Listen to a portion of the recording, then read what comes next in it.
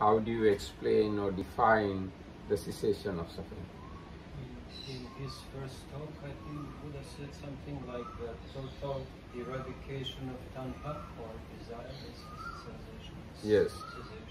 Total eradication of craving is the cessation of suffering. And some more ways you can express the same idea. As example, total eradication of all the defilements is the truth of the cessation of suffering. And total eradication of suffering itself is the total eradication of third truth. Total eradication of suffering is the third truth. And we can also say total eradication of avijja. Yes, we can say total eradication of avijja, total eradication of craving, total eradication of defilements, total eradication of all the negativities, let's say, is the third truth. And total eradication of all the conditioned phenomena is the cessation. But the cessation is not easy to imagine. That's the problem. Not easy to what? Imagine. Imagine. You can't imagine at once what it looks like. You cannot imagine Nibbana. Yes, very difficult to imagine, but there is an explanation that can help you to imagine the Nibbana. Yes, I like to read that part from Abhidhammatta Sangha. This is very kind of perfect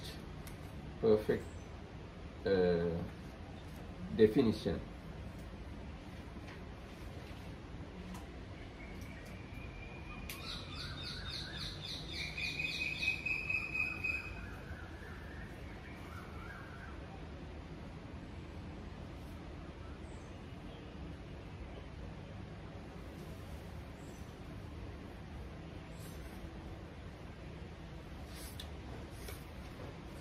Yes, Nibbana is termed supramundane and is to be realized by the knowledge of the four paths. That's the nature of the Nibbana or third truth. You have to realize it by the knowledge of the four paths. It becomes an object to the paths and fruits and is called Nibbana because it is a departure from craving, which is an entanglement. Nibbana is termed supramundane. The concluding section of this chapter deals briefly with the fourth ultimate reality, Nibbana. So there are four ultimate realities. First one is mind or the consciousness. Second one is mental factors. Third one is form. And the fourth one is Nibbana. They are called ultimate realities. Fourth ultimate reality, Nibbana, etymologically the word Nibbana, the Pali form of the better known Sanskrit nirvana, is derived from a verb nibbhati, meaning to be blown out or to be extinguished. It thus signifies the extinguishing of the worldly fires of greed, hatred and delusion.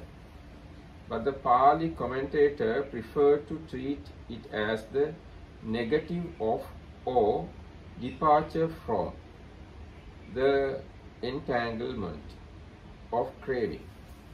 The derivation which is offered here: for as long as one is entangled by craving, one remains bound in samsara, the cycle of birth and death. But when all craving has been extirpated, one attains Nibbana, deliverance from the cycle of birth and death. Though Nibbana is one-fold according to its intrinsic nature, by reference to basis, it is twofold, namely the element of Nibbana with the residue remaining and the element of Nibbana without residue remaining. It is threefold according to its different aspects, namely void, signless and desireless. And though Nibbana is one-fold according to its intrinsic nature, etc., Nibbana is a single, undifferentiated ultimate reality. It is exclusively supramundane and has one intrinsic nature, which is that of being the unconditioned, deathless element, totally transcendent to the conditioned world. Nevertheless, by reference to a basis for distinction, Nibbana is said to be twofold. The basis for distinction is the presence or absence of the five aggregates. The element of Nibbana, as experienced by Arahants, is called with the residue remaining, because though the defilements have all been extinguished, the residue of aggregates acquired by past clinging remains through the duration of the Arahant's life. The element of Nibbana attained with the Arahants, demis, is called that without the residue remaining, because the five aggregates are discarded and are never acquired again. The two elements of Nibbana are also called in the commentaries the extinguished of the defilements and the extinguishment of the aggregates. It is threefold according to its different aspects. Nibbana is called the void because it is devoid of greed, hatred and delusion, and because it is devoid of all that is conditioned. It is called signless because it is free from the signs of greed, etc., and free from the signs of all conditioned things. It is called desireless because it is free from the hankering of greed, etc., and because it is not desired by craving. So this is the way Abhidhammatta Sangha explained Nibbana. So do you get any idea or any perception, any understanding about Nibbana because of this reading? Why is it called signless? Signless because now there are three characteristics of all the conditioned things.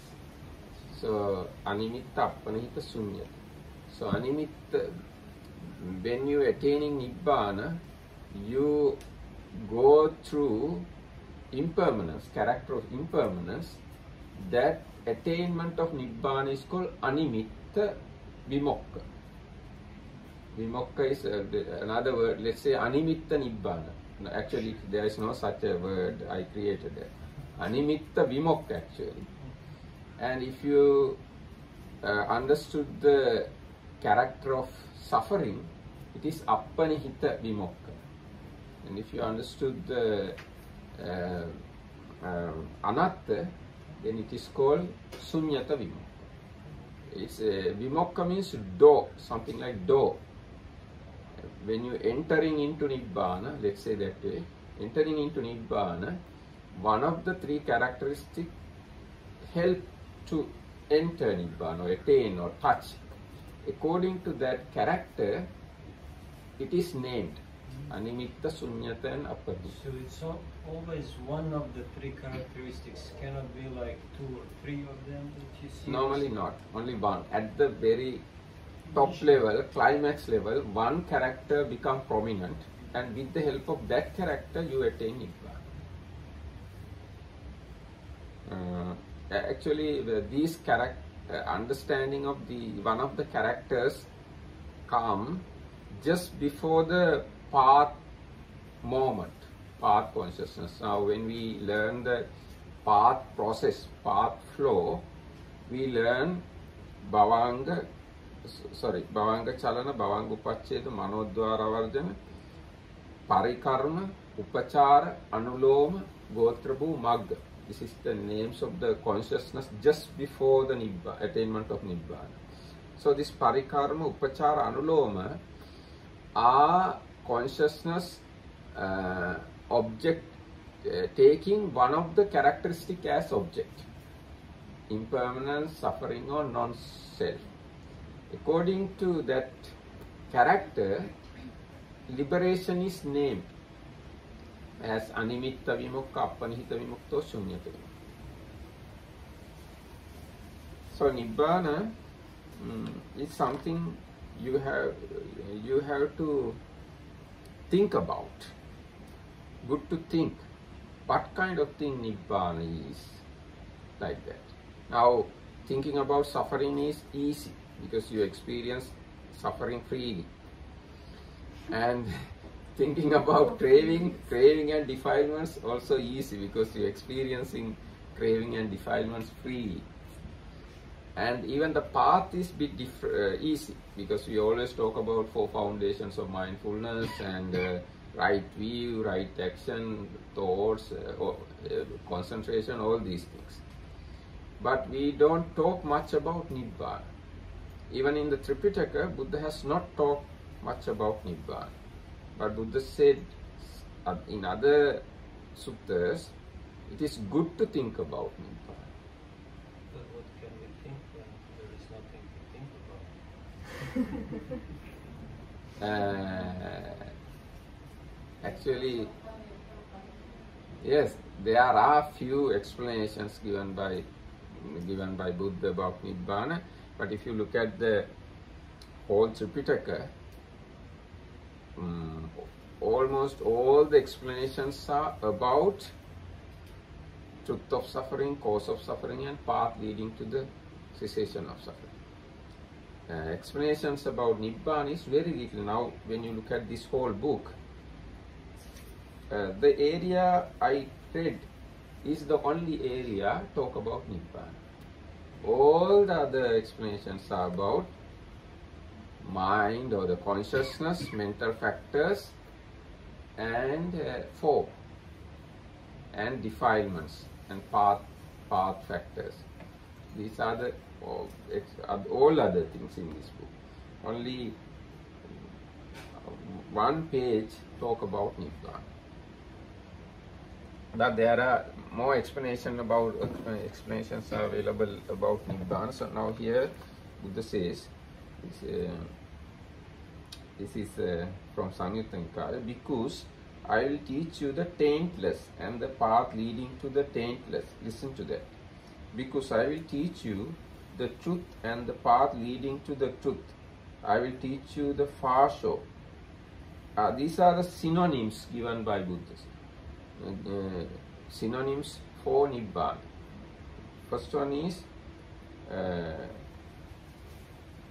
far shore, the subtle, the very difficult to see, the unaging, the stable, the undisintegrating, the unmanifest, the unproliferated, the peaceful, the deathless, the sublime, the auspicious, the secure, the destruction of craving, the wonderful, the amazing, the unailing state, Nibbana, the unafflicted, dispassion, purity, freedom, the unadhesive, the island, the shelter, the asylum, the refuge, the destination. So these are the nature of Nibbana, let's say. These are the nature or the quality of Nibbana. So through that, you can think about Nibbana, through these explanations. So Nibbana is the freedom, let's say. Nibbana is the destination. Nibbana is the far shore. Nibbana is the unaging, and all the qualities, how to say, suffering has, the opposite of those qualities is Nibbana. Now, as example, birth is a quality or nature of suffering. Birthlessness is the Nibbana. And death is the nature of suffering. Deathlessness is the Nibbana. And aging is suffering. Aginglessness is the Nibbana. Sickness is the suffering. Sicknesslessness is the Nibbana. Sorrow is suffering. Sorrowlessness is the Nibbana. Pain is suffering. Painlessness is the Nibbana. Lamentation is suffering. Lamentationlessness is the Nibbana.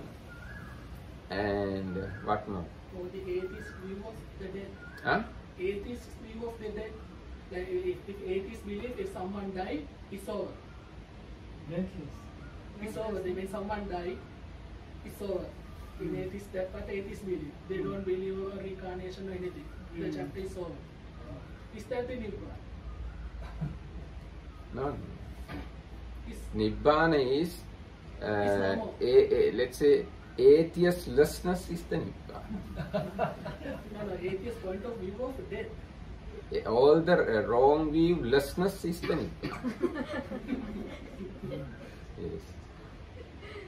So, any other suffering is the opposite of Nibbana. If you experience or understand any suffering, opposite of that thing is the Nibbana.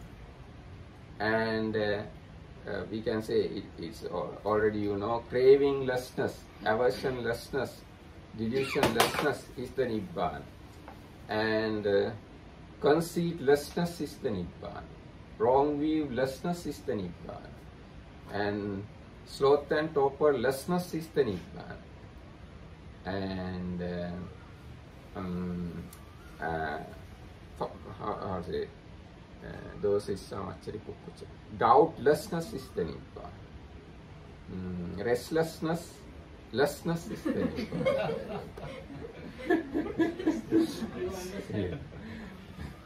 The pure understanding is the Nibbana. No. Understanding is something, wisdom. Understanding is wisdom. Wisdom is not the Nibbana.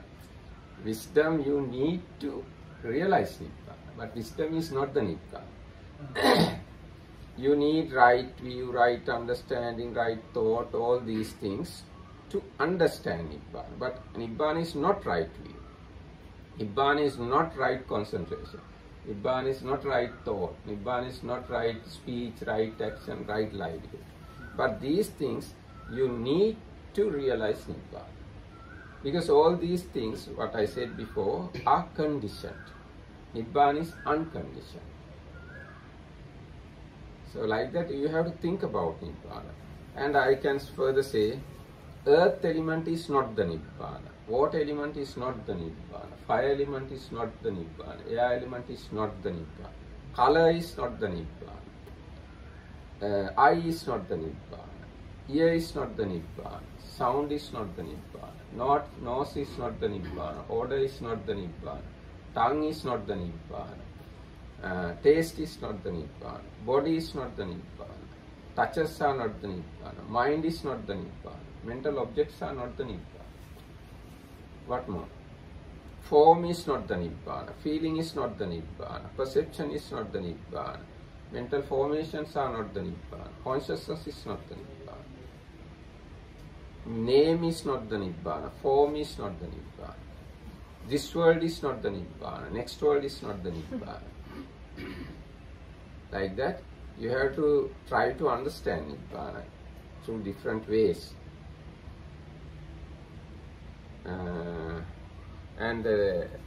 As Vinita says, there is another explanation. Etan santan etan panitan yadidan sabba sankara samato sabbopadi patinissaggo tanhakkayo virago nirodho nibbana. Etan santan means it is santa, it is peace or peaceful.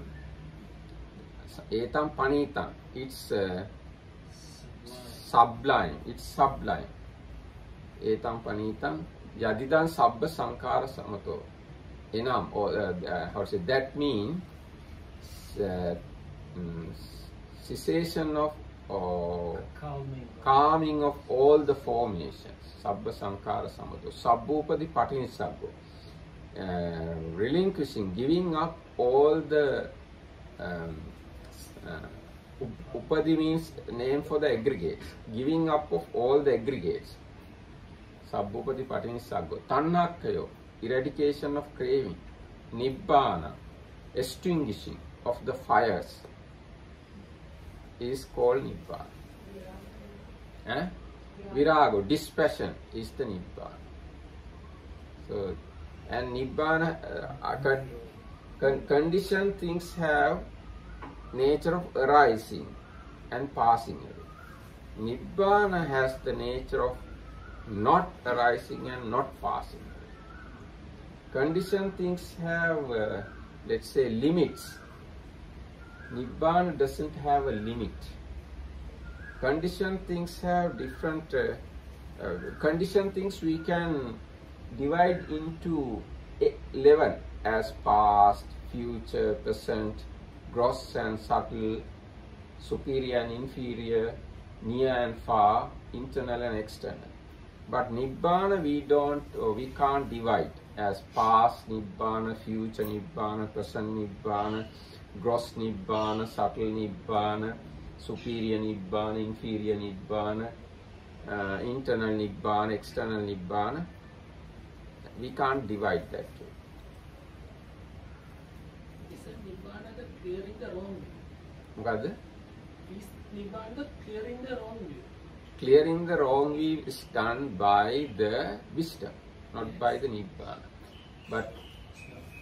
But realization of Nibbana, you need to clear the wrong view. Yes, we can say without realizing Nibbana, you can't come out of wrong view. But Nibbana is not doing anything. Right view or the wisdom clears the Nibbana, wrong view. So, Bhante, suppose we have right view and everything right, like right mindfulness, right effort, and down to whatever, right concentration. But you say it is still not Nibbana. So, between having accomplished all these right factors and Nibbana, what is the step that we have to make to actually get to Nibbana? Can that be said? If you perfectly have all these things, or 8 factors, then there is no gap between Nibbana and path. You said path factors. So if you perfectly achieve all the path factors, that is the time you realize Nibbana. But if you don't have perfectly achieved all the path factors, until you are achieving, Nibbana is that far. So Nibbana is realized only with the path. That's the thing. Right. Supramundane path, not normal worldly path, so supramundane path. What you said so far were negative definitions. It's not this, it's not this, it's not that. So now I think we come to the point that we can say accomplishing all the right factors of the path is Nibbana. Not is Nibbana, but you need accomplishing of the path to realize Nibbana.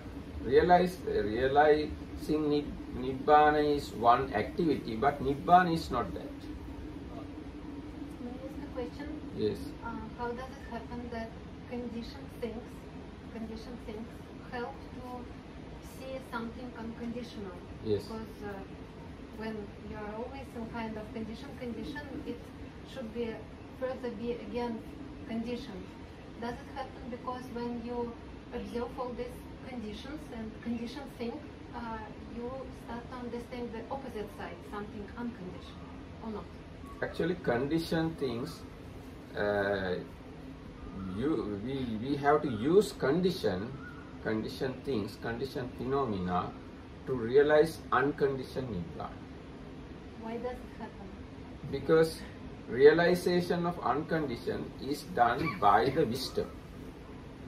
Wisdom is conditioned, and wisdom is to be supported by concentration and virtue. They all are conditioned. Conditioned virtue, concentration and wisdom realize unconditioned Nibbana. That condition, here this particular conditioning is called supramundane path. Supramundane path realize supramundane Nibbana. Path is conditioned, Nibbana is unconditioned. Path you have to condition means you have to practice it. Previously you have to practice virtue, concentration and wisdom. If you don't practice virtue, concentration and wisdom, you never come to supramundane path.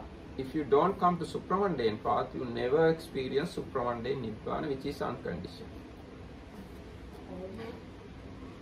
Is it about this independent Nibbana, the Buddha says is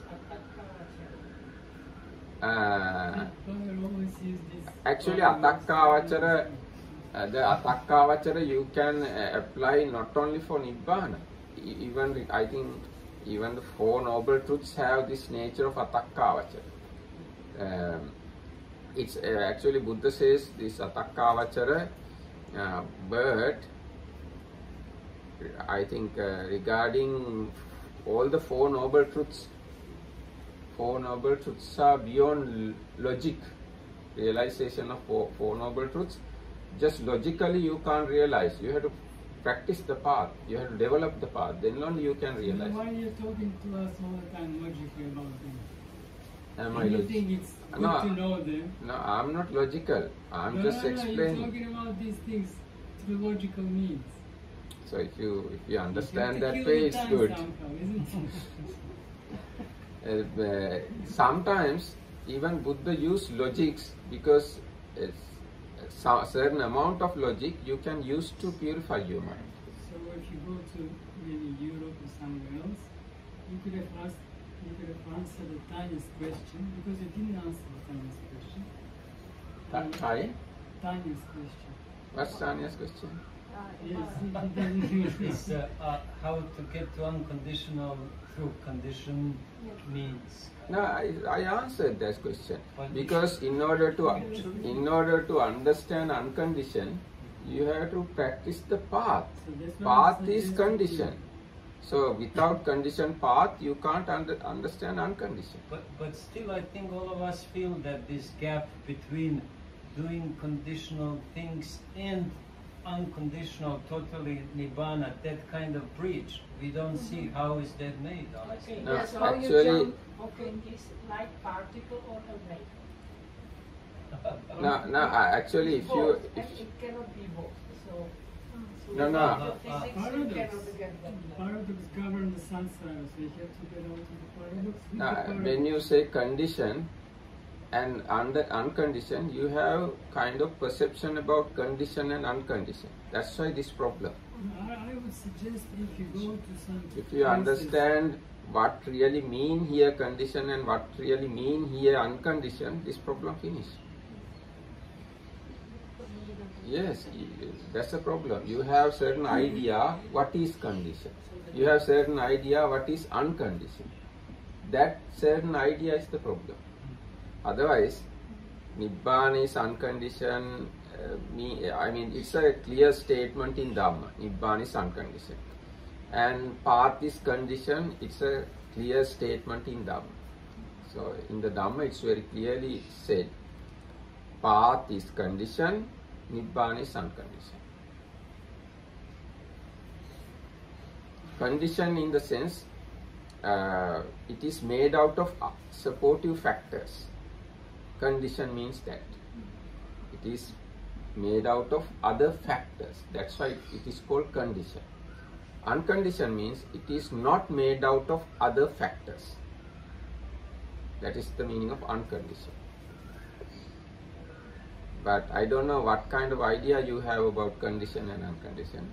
This is the real explanation about condition and unconditioned. Condition means, in other sense, it is depending on other factors. Unconditioned means it is not depending on other factors. So it's good to talk about Nibbana. So Nibbana is the extreme peace. Neutrality. Huh? Kind of neutrality. Neutrality. By knowing the true facts of the world, if I understand it, there's no reason for having desire on this world, then it's totally neutral. If neutrality is a condition of mind, nature of mind, it is not Nibbana. Nibbana is not mind. That's Not the thing. mind. Not mind. Nibbana is not mind. Mind is condition. Nibbana is unconditioned.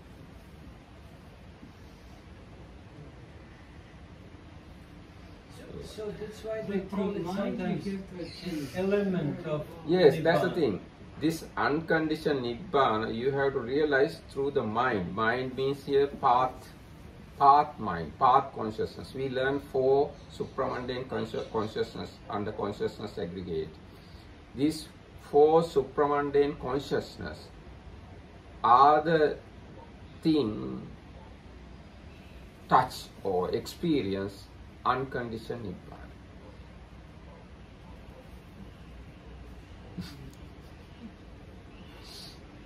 This is something actually what happened to me years ago. in Kataragama, I saw a woman who looked exactly like my mother. For a moment, I thought she's my mother. She was thinking about something. She was very deep thinking about something. I was actually about to call her mother also. But suddenly I realized that she was wearing this something that my mother never wears. Then I came closer. Then I realized she's not my mother. And my all feelings about that woman as a mother, it disappeared. The fact that the wisdom that helped me to realize she's not mother is the clothes that she was wearing. That is the wisdom that I had at that time. Because my mother and her features are really same. And after I realized she's not my mother, all my feelings about her as a mother disappeared. Is Nibbana something like that?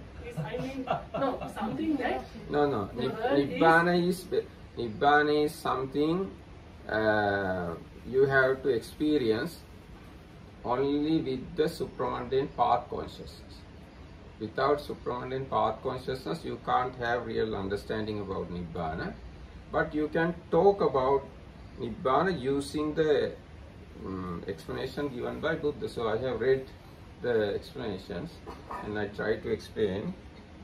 So that's the way you have to understand Nibbana. No, these jnanas don't experience Nibbana. Chutupapata jnana, Ubbenivāsanusati jnana, they are experiencing or understanding something else, not the Nibbana. These are not practical experiences, these are not insights. These are practical experiences about something else, not about Nibbana. On the way to Nibbana? Yes, on the way to Nibbana, that's true. On the way to Nibbana is one thing, supramundane path is another thing. Now, Chutupapata jnana, Ubbenivāsanusati jnana, these are wisdoms before attainment of Arahanthood. Yes, actually they are not the supramundane path knowledge. Supramundane paths are one mind moment.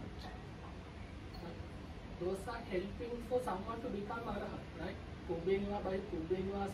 No, even those things not there, one can become an Arahant. These are extra things. Although it's good to say what those things are in English. What those? You were using Pali only, so some people don't know what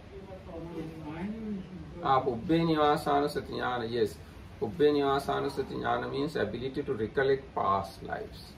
And Chutupapāta jnana means ability to see beings dying and born again. So these jnanas Buddha achieved before attainment of Nibbana. But they are also along the path.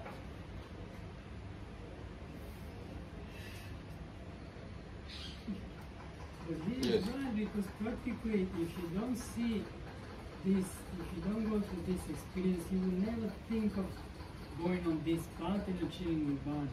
Because that's the base to believe that there is a way out of Nibbana, because you see that beings transferring to the samsara and all the suffering, then they see this something, there is a goal.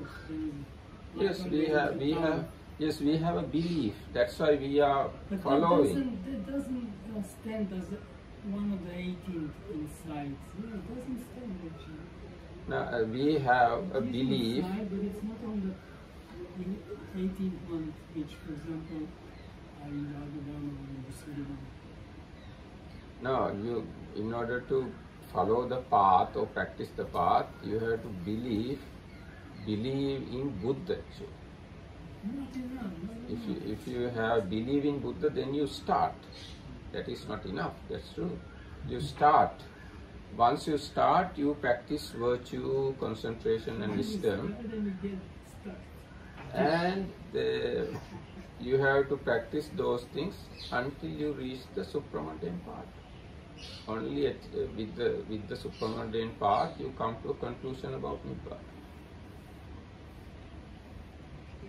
Especially about the Nibbana, really remember the exact wording of the Buddha and remove all the other ideas. I couldn't understand the question. Because we have kind of idea about Nibbana. Mm-hmm. So I am asking if it's better to learn the definition from the Buddha and just remember that without going around our own ideas about it. Yes, now we are trying to understand Buddha's Nibbana. Buddha used the word Nibbana, so we are trying to understand that word and that phenomena using other teachings given by the Buddha. And Buddha says, oh monks, if you think, then think about truth of suffering, cause of suffering, cessation of suffering, and path leading to the cessation of suffering. So here now we are thinking or discussing and trying to understand truth of cessation of suffering.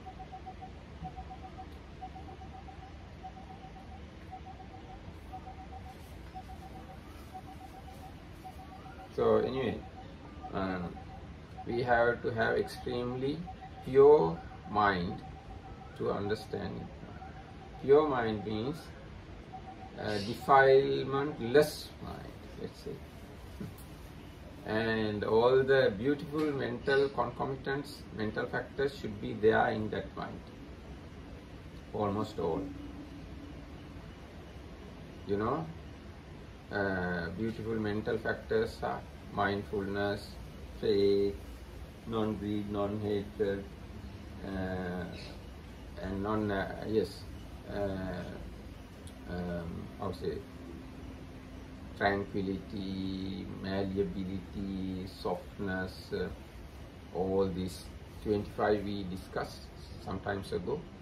These mental factors should be there in a one consciousness to experience Nibbana. Now what we are doing is, in a meditation center, generating those beautiful mental factors in our consciousness. At the same time, we have to eradicate those 14 unwholesome mental factors.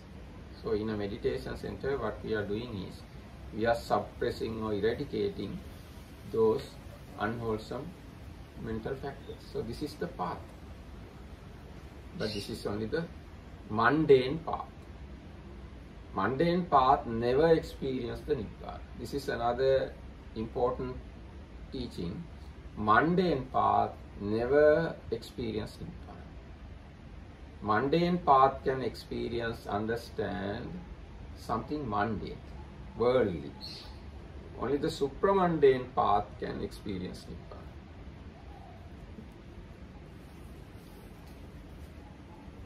Now when you are practicing for foundations of mindfulness, your objects are mundane, not the Nibbana.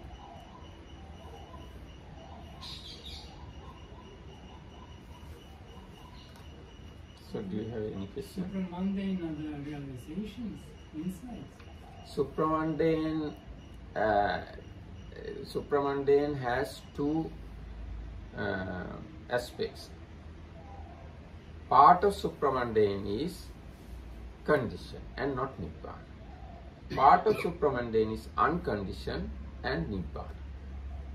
So when we say vipassana or wisdom, under supramundane path has its own vipassana or its own wisdom. But it is conditioned.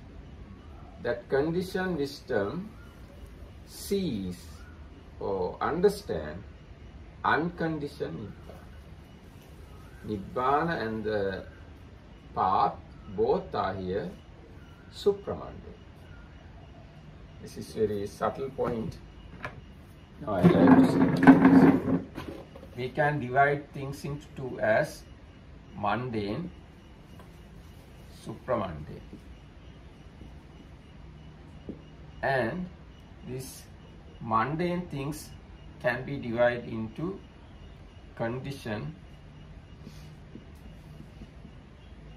mundane are conditioned. Supramundane can be divided into two, conditioned and unconditioned. Okay? We can divide things into mundane and supramundane. Mundane things always conditioned. Supramundane, there are things conditioned and unconditioned. What are these conditioned things? 4 paths and 4 fruitions. They are conditioned. What is unconditioned? It is Nibbana. All these things are supramundane. So when you look at these paths and fruitions, they are one mind moments. And when you look at Nibbana, it is beyond time. It has no mind moments or any moments or anything. These are one mind moments, and this one mind moment can be analyzed, but Nibbana can't be analyzed. This mind moment can be analyzed means if you look at the one of the path knowledge, you say stream entry path knowledge, stream entry path, it has 7 universals.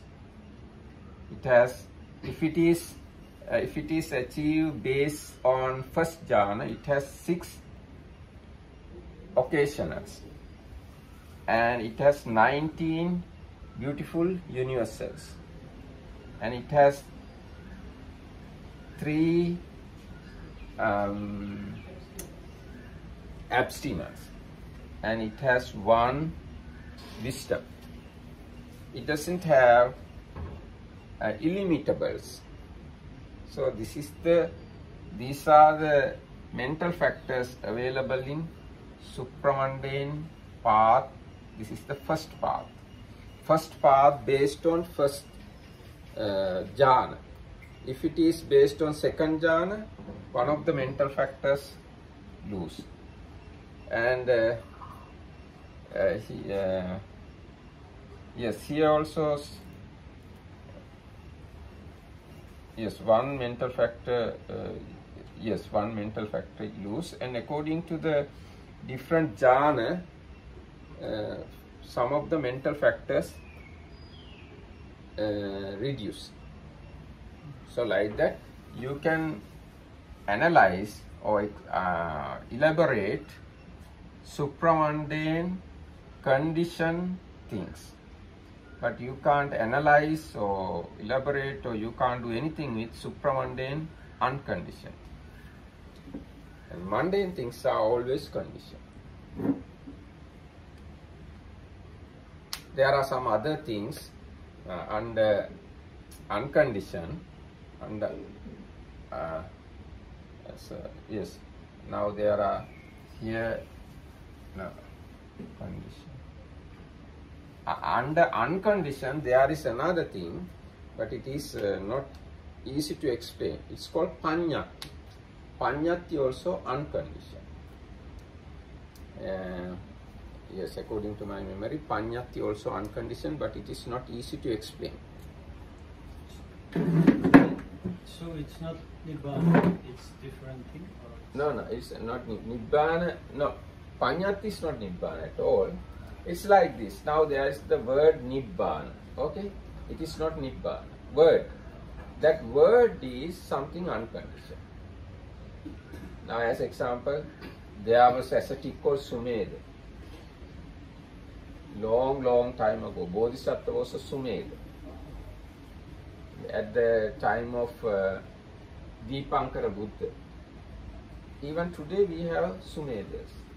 And even future we will have Sumedhas. So such kind of things also count under unconditions.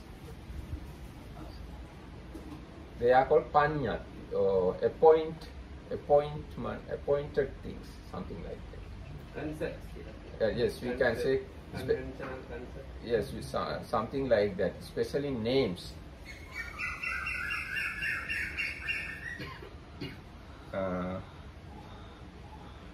So if you don't know any of these things about this cessation of suffering, it is called ignorance.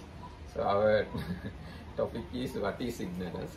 If you don't know what is cessation of suffering, that is called ignorance. So it's good to know and read and understand and think and discuss about what is the cessation of suffering.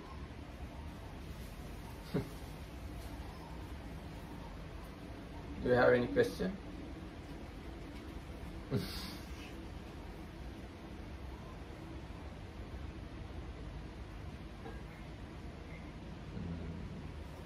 And there are some more information now. There are 7 types of cessations.